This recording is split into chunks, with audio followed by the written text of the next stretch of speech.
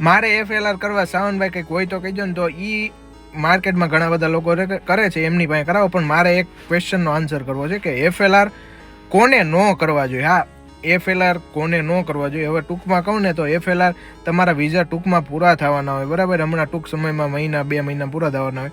તમારા કોઈ બી રિલેટિવ કે તમારું ફેમિલી કે કોઈ એવું છે નહીં કે તમને ફ્યુચરમાં બી સ્પોન્સર કરી શકે, કે તમને એમના ડિપેન્ડન્ટ થઈ શકો, કે તમારા કોઈ રિલેશન એવા અહીંયા નથી. અને તમે ખાલી ફાઇન્ડ કરવાના છે કે તમારે એક ચાન્સ લેવો હોય કે હું ભાઈ FLR મૂકીને પછી સ્પોન્સરશિપ ગોતી લઈશ ને કદાચ ભેગું થઈ.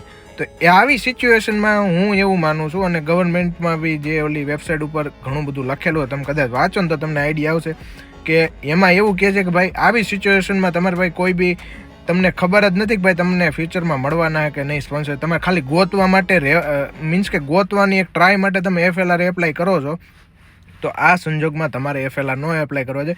એ FLR નો કોસ્ટિંગ છે ને વધારે છે. તમે કદાચ તમારી જોબ વ્યવસ્થિત હોય ને તમે એ કદાચ પૈસા રિકવર કરી લો વિધિન 6 મંથ 7 મહિના જેટલાના તમારે એક્સટેન્શન આવે, પણ એ છેલ્લે હતું એટલું ને એટલું રહે.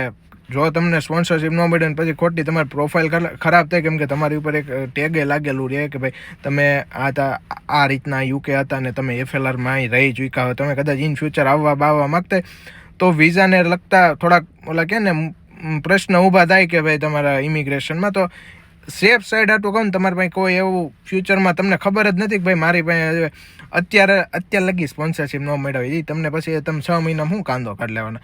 FLR ઉપર હોય ને એમાં મૂળ તમને પૈસા દઈને છૂટકો નથી કે તમે આડાવડા ફાફા મારવામાં છો, કંઈક હોય કહીજો ને કંઈક હોય કહીજો ને કોક ભાઈ ભેરવી લે.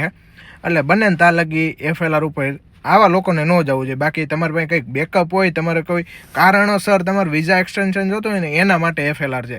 બાકી આડે ધડ નાખવી છે એપ્લિકેશન કે પૂરા થાય ને કે 6 મહિના FLR લઈ લેવાનું, પછી થોડું ઘણું ભેગું કરીને વૈયા જાવ. FLR નો ખર્ચો જાણી લેજો પછી આ બધું કરજો.